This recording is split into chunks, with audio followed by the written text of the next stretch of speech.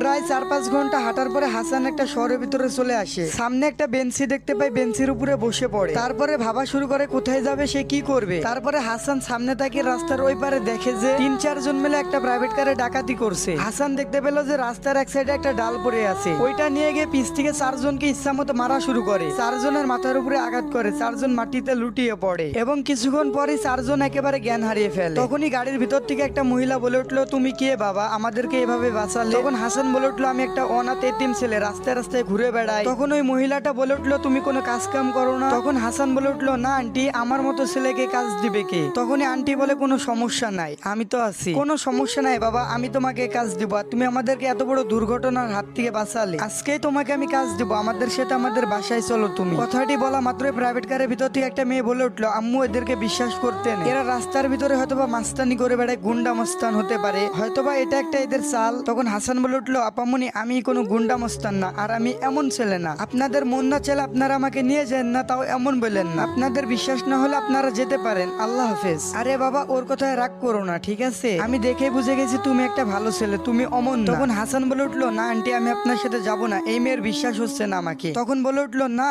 দূর পাগল, ওইটা আমার মেয়ে, ও একটু রাগী, ওর কথায় কিছু মনে করো না, ওর নাম অরু, তবে ও একটা খুবই ভালো মেয়ে। তুমি এত কথা বলো কেন বাবা, তুমি আমাদের গাড়িতে উঠে বসো, আর একটা কথা শুনতে চাই না আমি। তখন হাসান বলে উঠলো, আচ্ছা ঠিক আছে আন্টি, উঠতেছি। তারপরে হাসানকে নিয়ে তাদের বাসায় তারা পৌঁছে যায়। তারপরে হাসান তার আন্টিকে বললো, এটাই কি আপনাদের বাসা? আন্টিতে বললো, এটাই আমাদের বাসা। আন্টি, এটা তো কোনো বাসা নাই, এটা একটা রাজপ্রাসাদ, পুরা তাজমহল।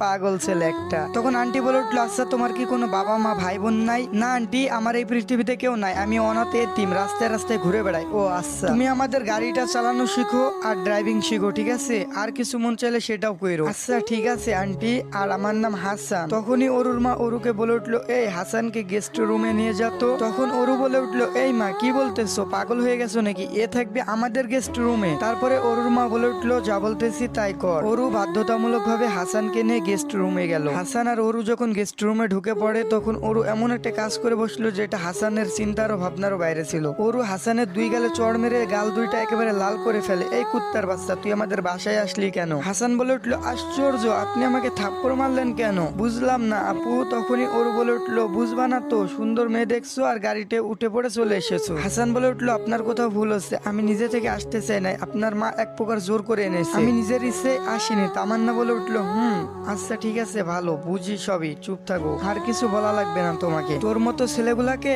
আমার খুব ভালো করে চেনা আছে। অরু রাগান্বিত হয়ে রুম থেকে বেরিয়ে